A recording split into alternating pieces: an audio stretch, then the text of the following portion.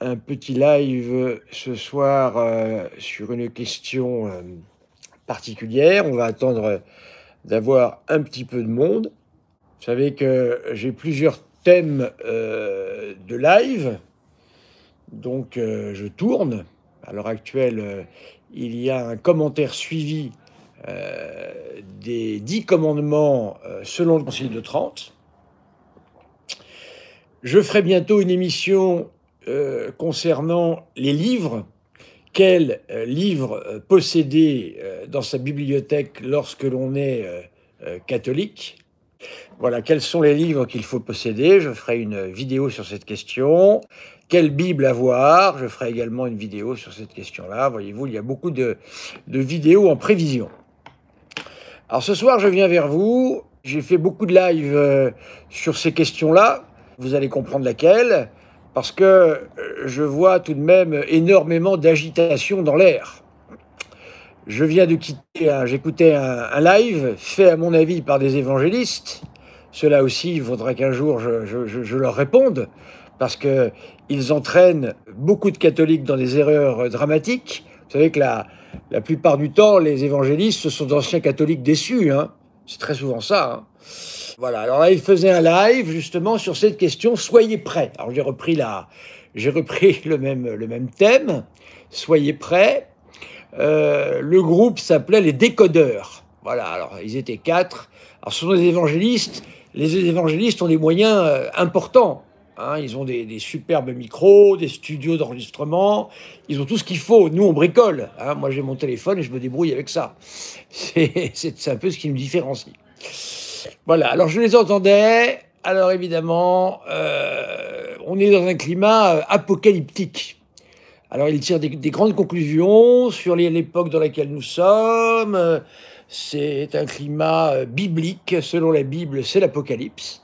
Voilà, vous vous souvenez tout de même que j'ai fait une vidéo dans laquelle je rappelle, il devrait être d'accord avec moi, puisque je rappelle ce que la Sainte Écriture nous dit sur les temps apocalyptiques. Nous n'y sommes pas.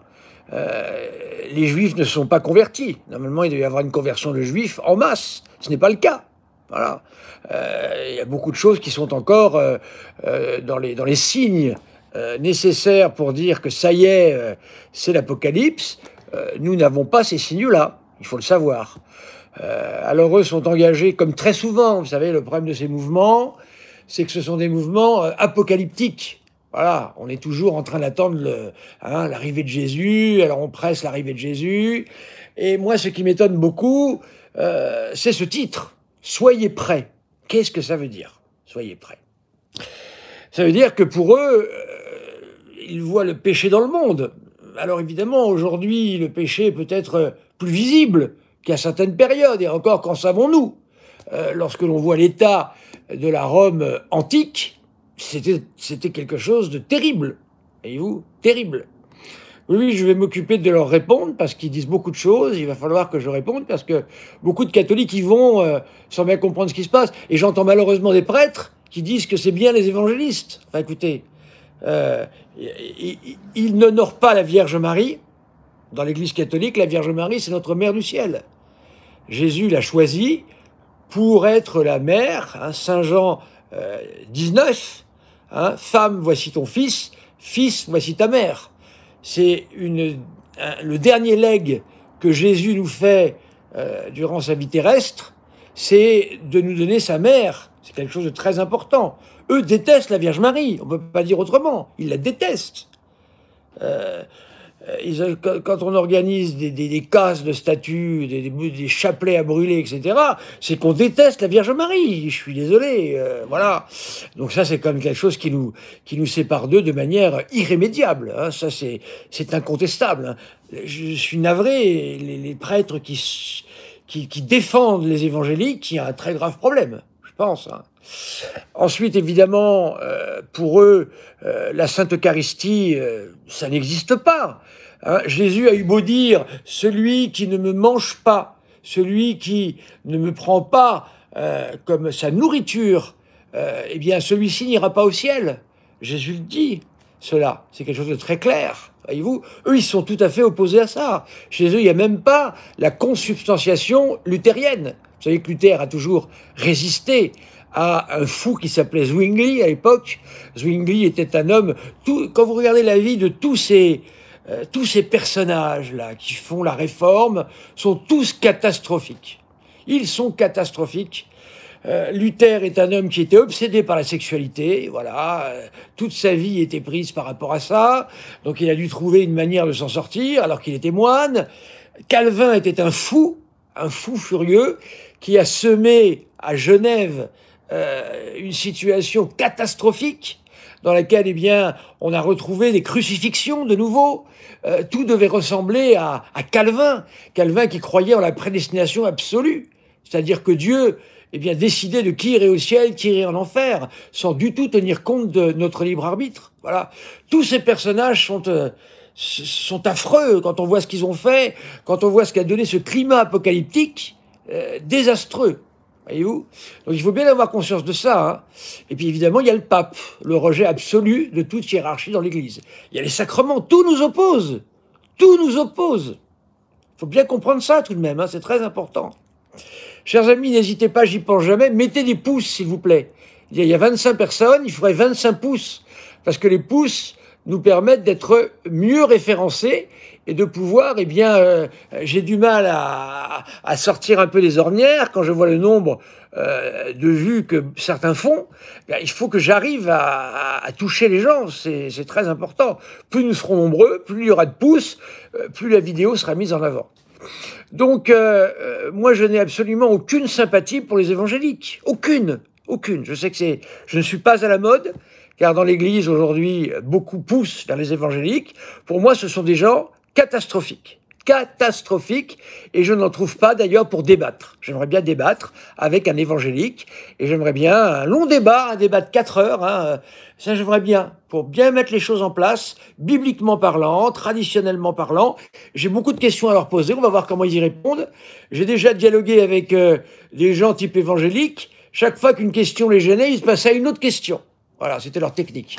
Alors j'aimerais bien, parce que beaucoup de bêtises se disent, se font, et ça peut arriver à des catastrophes, tout ça, vous savez, hein, quand on commence à être littéraliste quant à la Bible, quand on croit au scriptura sola, c'est-à-dire que seule l'écriture compte, beaucoup de problèmes arrivent.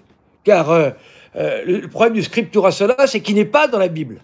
Jamais notre Seigneur n'a dit n'utilisez que la Bible. Vous savez que la Bible, telle qu'on la connaît aujourd'hui, est apparue en 380, avec le décret de Damas.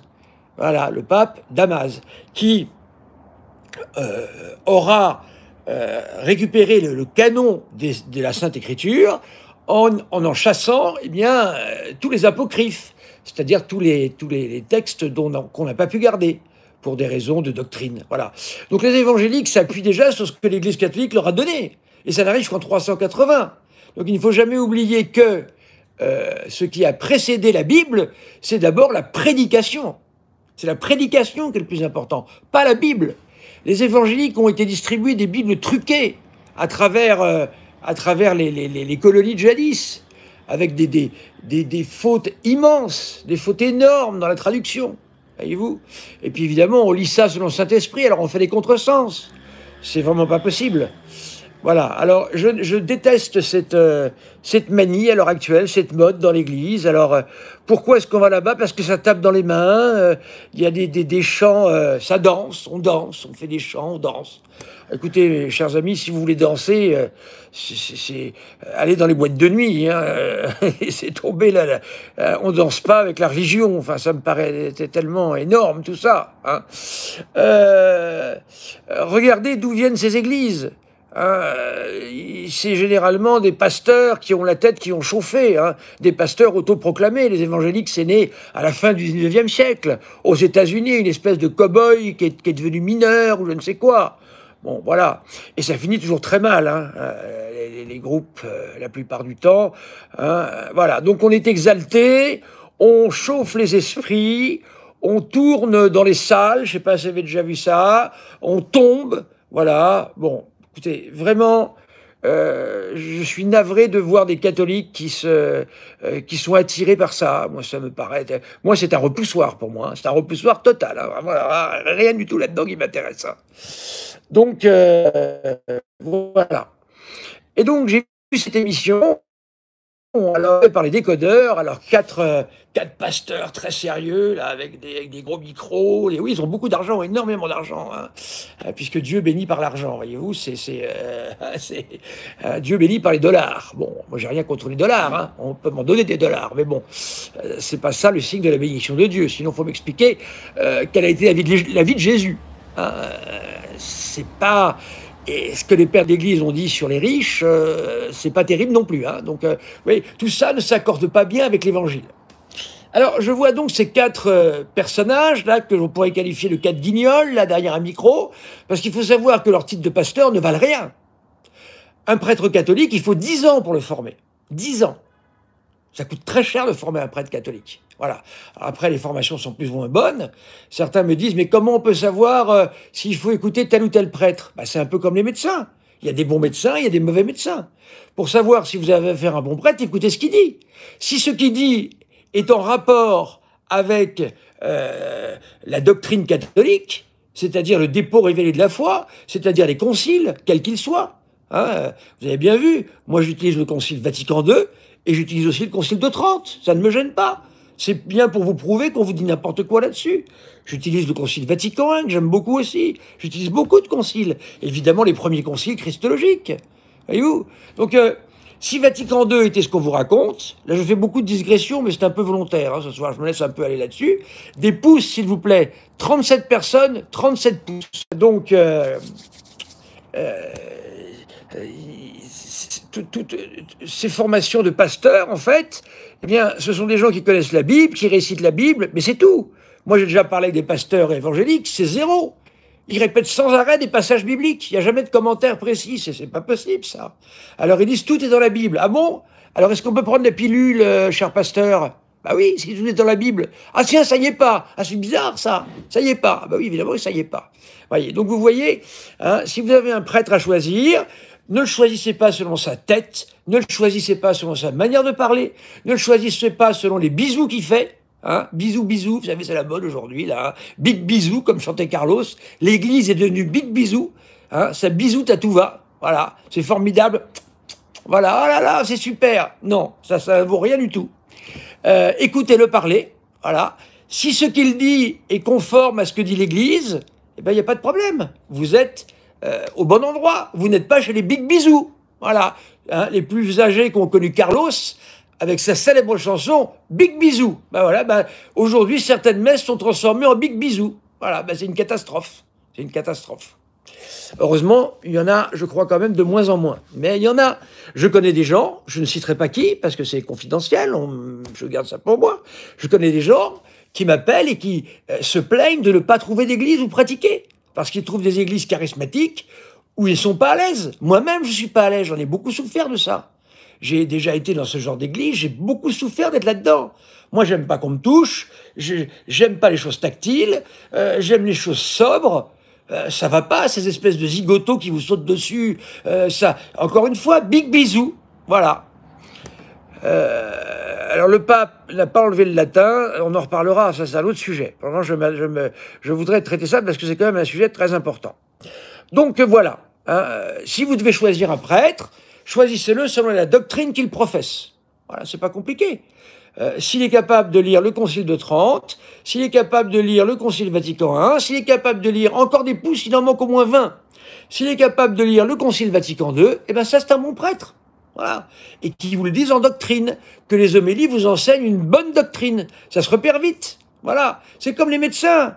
Alors on n'est pas là pour juger. Le jugement, j'ai fait une vidéo là-dessus. Hein, c'est la condamnation. On est là pour se repérer. Si vous comprenez bien que cette bêtise de ne pas juger, eh bien, si on prend ces paroles de manière littérale, on ne peut plus rien faire.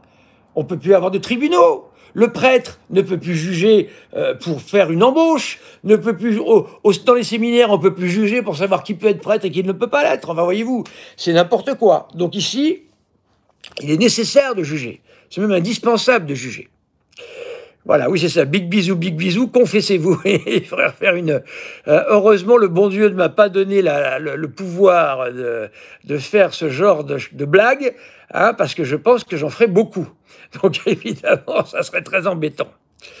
Oui, bien sûr, hein, je peux confesser, il suffit de me téléphoner et puis il n'y a pas de problème, hein, je peux confesser. Donc ces messieurs sont à 4 derrière leur micro et qu'annoncent-ils? La fin du monde, s'il vous plaît, pour le mois de septembre. Ah oui, alors ils disent, déjà rien que le titre de votre livre, c'est des bêtises, hein. Inquisiteur, marteau des sorcières. Alors donc, ils sont derrière leur micro. Et que font-ils? Eh bien, ils annoncent la fin du monde. Ça y est, c'est arrivé la fin du monde. Alors, moi, ce qui m'étonne le plus, c'est qu'il faut se préparer. Ah bon? Mais il n'y a pas besoin de se préparer. Vous connaissez peut-être tous l'histoire de Dominique Savio. Dominique Savio était un enfant qui était parmi les protégés de Saint Jean Bosco. Et il a été canonisé, cet enfant-là. Il avait vraiment une vie très sainte. Et un jour, il était en train de jouer à la balle, sur le mur. Là, vous savez, il jouait à la balle. Et Saint Jean Bosco lui dit, mais il lui a posé une question. Mais dis-moi, que ferais-tu si la fin du monde arrivait?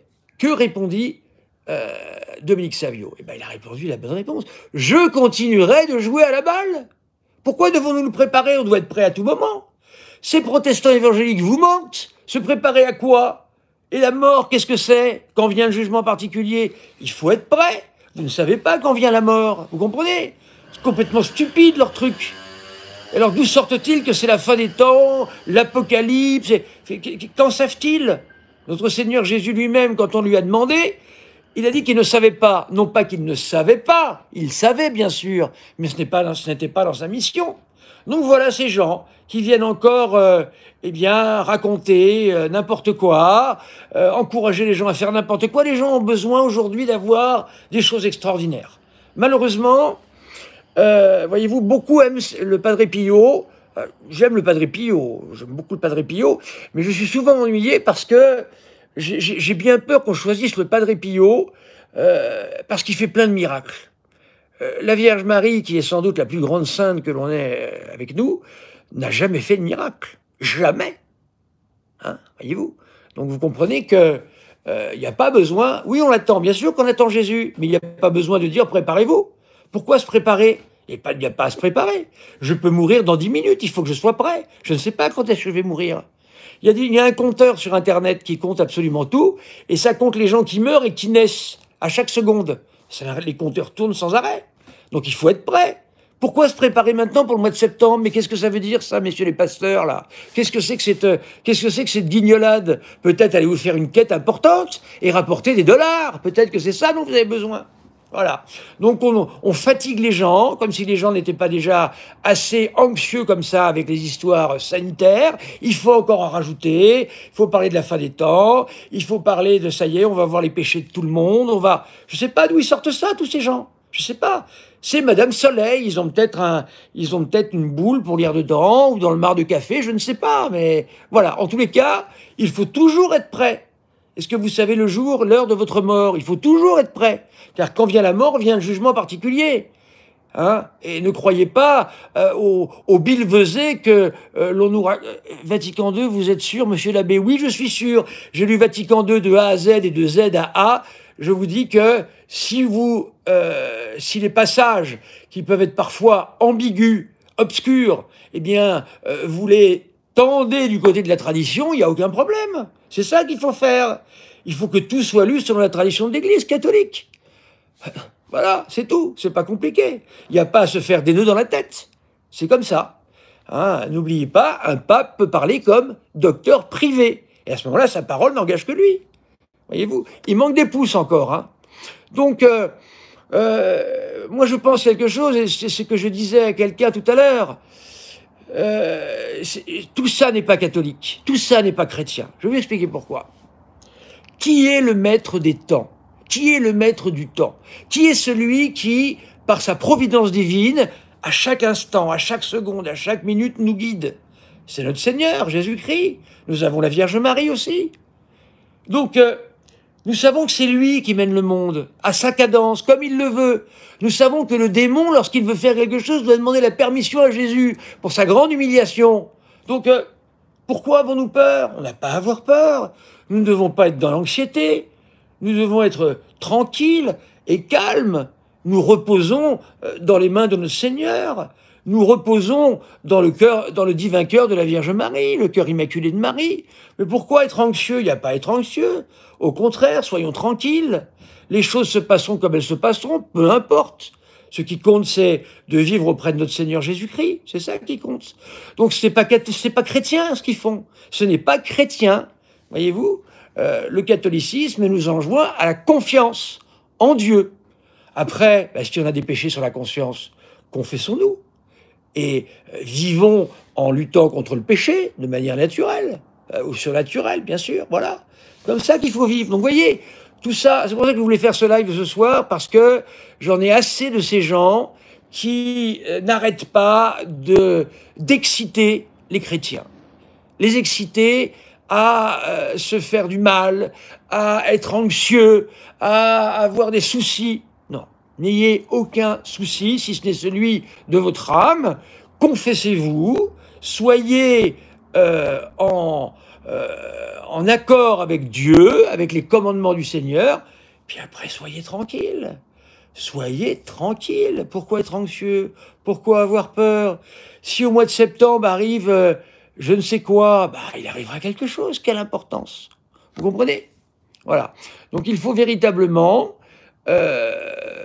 être en paix, parce que nous savons que nous sommes avec Dieu. Nous savons que voilà, nous devons porter le scapulaire. Je vais en imposer un demain. Normalement, j'en impose régulièrement. Le scapulaire, avec la promesse de la Vierge Marie qui nous dit que, eh bien, elle fera tout ce qui en sont possible pour nous éviter l'enfer. Voilà. Vivons en chrétien. Voilà, Jean-Paul II l'avait dit, n'ayez pas peur, c'est la première chose qu'il avait dite. N'ayez pas peur, bien sûr. Et ces évangéliques ne font qu'exciter la terreur chez les gens. Moi, je les ai vus derrière leur micro. Je peux vous dire que si j'étais arrivé dans ce studio, ils m'auraient entendu, ces gens-là. Hein. C'est lamentable que de mettre au cœur des catholiques, des chrétiens, la peur. Voyez-vous? La peur, c'est la peur qui est là. Donc, chers amis, voyez-vous, il ne faut pas avoir peur. Il faut s'en remettre au bon Dieu. Voilà, on est confiant, quoi qu'il se passe autour de nous. Qu'est-ce que vous voulez faire?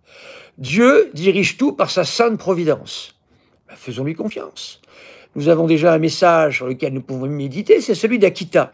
Seulement, le message d'Akita, nous ne savons pas quand est-ce qu'il va se dérouler. Regardez, j'ai fait un lien entre le message de la Salette et le message d'Akita. C'est la suite. Là, on voit... Medjugorje, pour moi, c'est un ovni dans tous ces messages-là. Vous prenez les messages de la Vierge Marie reconnus. Vous prenez, ce qui n'est pas le cas de Medjugorje, vous prenez la Salette, vous prenez ensuite le message de Lourdes, vous prenez ensuite Fatima, vous prenez Pontmain et vous prenez Akita. Mais tout ça se suit. Et Akita, c'est la partie manquante de Fatima. Bien sûr. La Vierge Marie, c'est pas Big Bisou. C'est pas Big Bisou. Il faut arrêter avec ça. Allez écouter un bon disque de Carlos si vous voulez. Voilà. Allez vous exciter à danser dans votre chambre tant que vous voulez. Faites-vous des bisous comme dit Carlos, mais pas dans l'église. Voilà. C'est ça le problème. Parce que ces gens, en fait, s'agitent, font du mouvement, brassent beaucoup d'air, se font des bisous. Pas le problème. Oui, Akita, c'est la Fatima, parfaitement. C'est mon avis, hein. Allez voir. Vous avez... il faut commencer par la Salette. La Salette, la Vierge Marie rappelle que en 1847, les hommes négligent tellement Dieu, on est en 1847, vous vous rendez compte? Les hommes négligent tellement Dieu à travers le premier, le deuxième, le troisième commandement, les plus importants, les commandements vers Dieu, et bien que le bon Dieu va laisser aller son bras. Qu'est-ce que ça veut dire? Ça veut dire qu'il va nous laisser aller à nos propres errements. C'est ça que ça veut dire. Dieu punit de cette manière-là. Ensuite, vous avez l'éthique, puisque les récoltes deviennent pourries, les pommes de terre se pourrissent. Et c'est lié à quoi, dit Notre-Dame? Au péché des hommes, pas au mauvais climat, au péché des hommes. Ensuite, vous avez le remède, Lourdes, pénitence, pénitence, pénitence. Et vous verrez que les choses se transformeront et tout redeviendra mieux. Ensuite, vous avez Fatima, de nouveau un message d'alerte. la peur n'évite pas le danger, bien sûr. Et nous n'avons pas à avoir peur. La peur n'existe pas pour un catholique, hein. Nous avons Dieu avec nous, nous n'avons pas à avoir peur. Fatima qui rappelle que les hommes ne se sont toujours pas convertis, rappelle qu'il faut confier la bien au cœur immaculé de Marie, afin que la Russie se convertisse. Les papes ne l'ont pas fait. Vous voyez, on n'a pas besoin d'attendre les papes du Concile Vatican II, chers amis traditionalistes. Il suffit de voir que les papes, à partir de Benoît XV, n'ont pas fait la consécration mariale. Pourquoi, si les papes étaient si bien que ça, tel que vous le dites? Parce que ça n'a jamais existé, les bons papes, tels que vous le dites.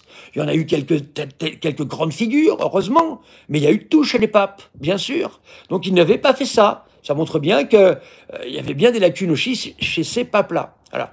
Et la Vierge Marie dit: les idées de la Russie se répandront. Ça a été le communisme, puisqu'elle est apparue en 1917. La révolution bolchevique a eu lieu en 1917. La Russie est devenue bolchevique, est devenue communiste, et ses idées se sont réparties partout. Nous pouvons en témoigner. Le communisme a fait 100 millions de morts. Je discutais avec un athée qui me disait: ah, vous n'avez pas honte avec l'Inquisition? Je dis: espèce de faux esprit. Et vous n'avez pas honte, athée que vous êtes, avec le communisme athée? 100 millions de morts, hein? L'Inquisition, c'est 1500 morts sur plusieurs siècles, et des gens coupables, pas des innocents. C'est n'importe quoi, il faut savoir répondre à ces gens-là, vous savez, hein. Faut pas se gêner, hein. Faut pas se gêner, faut répondre, hein, de manière claire, hein. Si on est attaqué, il faut répondre. Les pouces bleus, il en manque, chers amis, montez les pouces bleus, s'il vous plaît. C'est important pour le référencement. C'est de l'évangélisation que de mettre un pouce bleu. Donc, le communisme s'est répandu, la Russie a répandu ses erreurs, et une autre guerre est arrivée, comme l'avait prévu la Vierge Marie. Voilà. Et ensuite, vous avez Pontmain, qui est alors c'est avant Pontmain, c'est une apparition qui nous montre qu'en fait, il n'y a que les enfants qui peuvent voir la Vierge Marie. Voilà, donc ça montre qu'il faut avoir un cœur d'enfant pour pouvoir entrer dans le royaume des cieux. Un cœur d'enfant, c'est quoi? L'enfant est caractérisé par sa confiance dans son Père. Eh bien, nous devons avoir une confiance d'enfant envers notre Père et envers la Vierge Marie. Voilà, et nous n'avons pas à être inquiets. C'est ça qui m'a énervé le plus dans ce que j'ai vu là, ici. J'aimerais bien avoir 666 pouces bleus, oui. Il suffira d'en remettre un, ça fait 667. Comme ça, on serait tranquille. Mais j'en suis pas là. Hélas, hélas. Alors donc, ensuite, le dernier message, c'est Akita. Mais si on avait lu le message de la Salette, on aurait pu se dire, à cette époque-là, attention, c'est bientôt la fin du monde. Et pourtant, eh bien, 1847, le message de la Salette,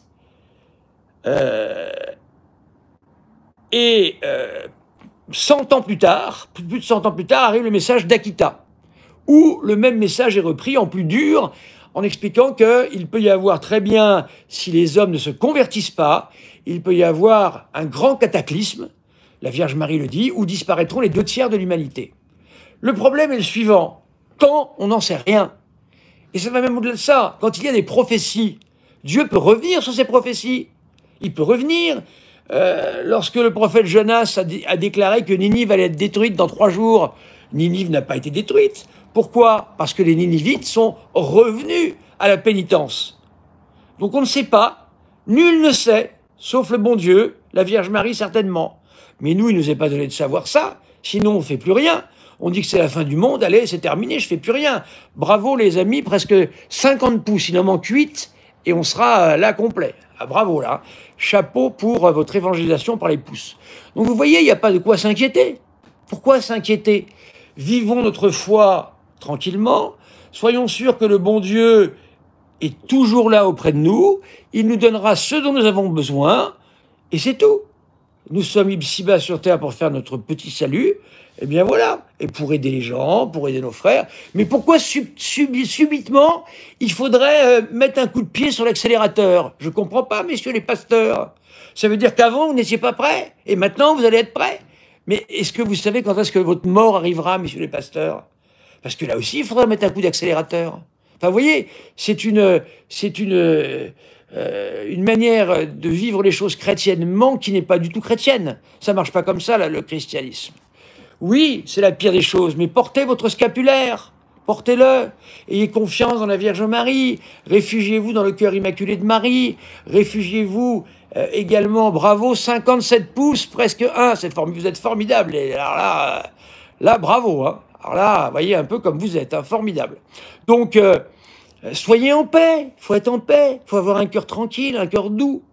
Voilà, ça ne veut pas dire que des fois, il n'y a pas de nécessité, il y a des fois des nécessités de se mettre en colère. 60 pouces, formidable. Il y a des fois la nécessité de se mettre en colère, ça peut arriver, le sein de colère, ça peut arriver, même si on doit essayer de les éviter, mais des fois c'est nécessaire. Il faut secouer les gens, des fois, vous savez. Hein. Moi, j'aurais vu ces pasteurs, je peux vous dire que j'aurais pas eu un ton calme. Hein. Je pense que j'aurais bien secoué, parce que c'est insupportable que de pousser les chrétiens à être complètement anxieux et peureux. Non, nous ne sommes pas des peureux, nous suivons le bon Dieu, voilà ce qu'il faut faire. Medjugorje, eh ben, essayez de voir si... Non, Teilhard de Chardin, il faut laisser tomber, ça ne sert à rien. Le temps est court, hein, une vie est courte, lisez directement les bons auteurs. Je sais qu'il y avait quelqu'un, je ferai une vidéo là-dessus, qui me cassait la tête avec Monseigneur Gaume. Monseigneur Gaume, je suis désolé, c'est un écrit 1850, il est mort en 1880, je crois. Ben, c'est daté, il vaut mieux lire de très grands auteurs. Lisez Saint Jean de la Croix, lisez Sainte Thérèse de l'Enfant Jésus, lisez les docteurs de l'Église. Lisez Benoît XVI. Benoît XVI a des textes formidables, on ne perd jamais son temps à lire Benoît XVI. Medjugorje, non, Medjugorje, une commission avait été faite Alors, il faut savoir que pour les apparitions mariales, il faut savoir quelque chose. Les apparitions mariales, celui qui a autorité pour reconnaître la surnaturalité d'une apparition, c'est l'évêque du lieu. C'est pas le pape. Voyez-vous? La soutane, je l'ai portée pendant plus de 16 ans. Vous savez, la soutane, je la connais, la soutane. Parce que je suis pas particulièrement attaché à des choses extérieures. Et puis avec le temps, on s'attache à des choses qui sont plus profondes. Moi, je suis très attaché à la doctrine catholique. C'est vraiment ce qui me nourrit le plus, ça, la doctrine catholique. Alors donc... il faut avoir à lire de bons livres. Voilà, Monseigneur Gaume, non, c'est dépassé aujourd'hui. Je ferai une vidéo bientôt, je la ferai peut-être cette semaine, sur des conseils effectivement de lecture, quoi lire. Donc, chers amis, je vous en prie, rien ne mérite d'avoir peur. Rien ne mérite d'être anxieux et inquiet. Ça serait une offense vis-à-vis de Dieu. Hein. La foi, eh bien, nous rassure. Voilà, on s'habille comme on veut. C'est comme si je vous disais, bah, pourquoi vous n'êtes pas bien en costume cravate? Voilà, chacun s'habille comme il veut. J'ai porté plus de 15 ans la soutane, donc je connais bien la soutane. Il n'y a pas de problème. Le clergyman, bah voilà, on est reconnu comme prêtre avec le clergyman. Puis moi, je ne supporte pas du tout la chaleur en plus. Alors bon, je ne vais pas rentrer dans 1000 détails. Voilà, c'est pas des... Disons que c'est des histoires qui sont très annexes, ça. Hein. Vous savez qui a permis le... Tiens, on va voir s'il y en a qui répondent bien. Vous savez qu'avant le Concile Vatican II, les prêtres étaient obligés à la soutane. Est-ce que vous savez qui a permis justement de pouvoir être en clergyman? Est-ce que vous connaissez le nom de cet évêque? Est-ce qu'il y en a qui le connaissent? Je repose ma question. Quel est l'évêque qui a permis au Concile Vatican II le port du clergyman? Avant, la soutane était obligatoire. Hein. Non, pas Pie XII, un évêque du Concile. Alors? Pas de réponse, c'est pas Pie XII, c'est un évêque du Concile. Pie XII était mort. Vous donnez... Monseigneur Lefebvre, très bonne réponse. C'est Monseigneur Lefebvre qui a une commission dans laquelle il a permis le port du clergyman. Voyez, voilà quelque chose qui doit tout de même vous faire vous poser quelques questions, en vous souvenant toujours que Monseigneur Lefebvre a signé l'intégralité des documents conciliaires. Monseigneur Lefebvre, je parlerai de la théorie de l'évolution, mais ça aussi. Monseigneur Lefebvre a signé tous les documents. Monseigneur Lefebvre a également mis aucune réserve aux documents du Concile Vatican II. C'est bizarre, non? Hein, non, c'est pas Congar, c'est Monseigneur Lefebvre qui a permis de porter le clergyman. Donc nous pouvons remercier Monseigneur Lefebvre qui nous a tout de même permis, dans certaines circonstances, d'être plutôt en clergyman. D'ailleurs, d'ailleurs, c'est très drôle, car il a un texte là-dessus, sur la soutane, dans lequel il explique, oui, c'est une girouette, dans lequel il explique parfaitement, ce texte est très long, que l'on peut porter un habit du moment que l'habit est différent des gens du monde. Bah, le clergyman, vous ne portez pas de clergyman, à ce que je sache. Donc le clergyman est un habit possible. La croix est une grande croix, est un habit possible aussi. Voilà. Si je me trompe, évidemment, un adepte de Monseigneur Lefebvre peut venir me contredire. À ce moment-là, je sortirai les textes s'il le faut. Voilà. Ce que je dis, c'est tout de même vérifié, sinon je ne le dirai pas. Voilà, chers amis, donc n'ayez pas peur, comme dit Jean-Paul II, effectivement. N'ayez pas d'inquiétude.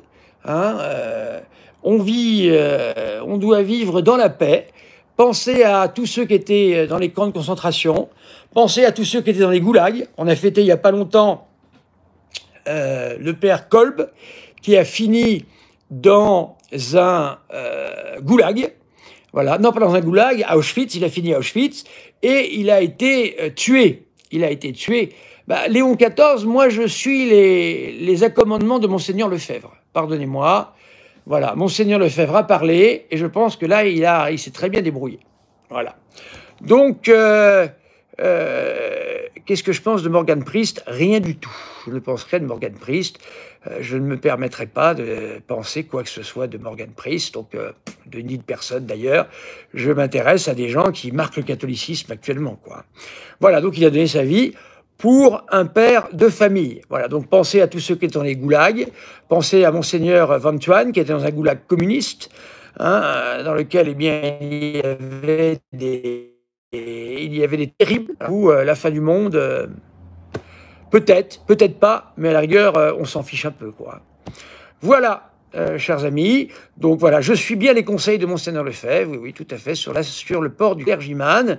Là, il nous a rendu service. Je ne sais pas pourquoi vous mettez à parler de Morgan Priest, là. Je n'ai pas parlé de Morgan Priest, ça m'intéresse pas beaucoup, à vrai dire. Voilà. Ah si, il a fait une vidéo, évidemment, à laquelle je n'ai pas fini de répondre. Hein, je finirai de répondre en son temps, car je ne peux pas parler que de ça, les gens sont lassés. Il a fait une vidéo avec le fameux Arnaud Dumouche. Voilà. Donc on répondra à cela. Ça ne veut rien dire du tout, Kevin, d'être un prêtre de Vatican II. Je suis un prêtre catholique. La preuve, je commente les 10 commandements selon le Concile de Trente. Ça devrait tout de même vous faire vous poser quelques questions. Non, vous croyez pas? Comment se fait-il que si comment se fait-il? Je ne suis pas responsable de Morgan Priest, JM. Comment se fait-il donc, si le Concile Vatican II est hérétique, me le disent certains, comment se fait-il que je n'ai pas été pollué et que j'arrive à lire le Concile de Trente à côté? Pourquoi Monseigneur Lefebvre a-t-il signé et ratifié tous les documents du Concile Vatican II s'il y avait des hérésies dedans? Pensez-vous qu'il l'aurait fait? Non. Monseigneur Lefebvre, c'est dans le livre de... Vous savez qu'il y a un livre qui raconte la vie de Monseigneur Lefebvre. C'est un des 4 évêques ordonnés, sacrés. C'est Monseigneur Tissier de Malaret. Et vous cherchez à Paysan, le père Paysan. Alors ils se sont trompés, c'est le père Paysan. Le père Paysan, moi je l'ai bien connu, j'ai fait mon séminaire chez l'IRG de Saint-Vincent-de-Paul. Quand Monseigneur Lefebvre ne savait plus où mettre ses séminaristes, il s'est adressé au père Paysan. Et donc, le père Paysan lui a dit, bah, vous pouvez mettre vos séminaristes chez nous. Chez nous, c'est là où j'ai fait mon séminaire. Et il y avait la messe de Paul VI. Donc vous voyez que Monseigneur Lefebvre n'était absolument pas gêné par la messe de Paul VI. Elle était célébrée tous les jours. Voyez-vous? Voilà. Parce qu'il faut savoir qu'à Icône, hein, c'est là où a été Monseigneur Lefebvre par la suite, il y avait 4 groupes. 4 groupes. Un groupe qui était pour faire beaucoup d'apostolat, un groupe qui était pour la doctrine, un groupe qui était pour Monseigneur Lefebvre, et un groupe qui s'appelait les chanoines.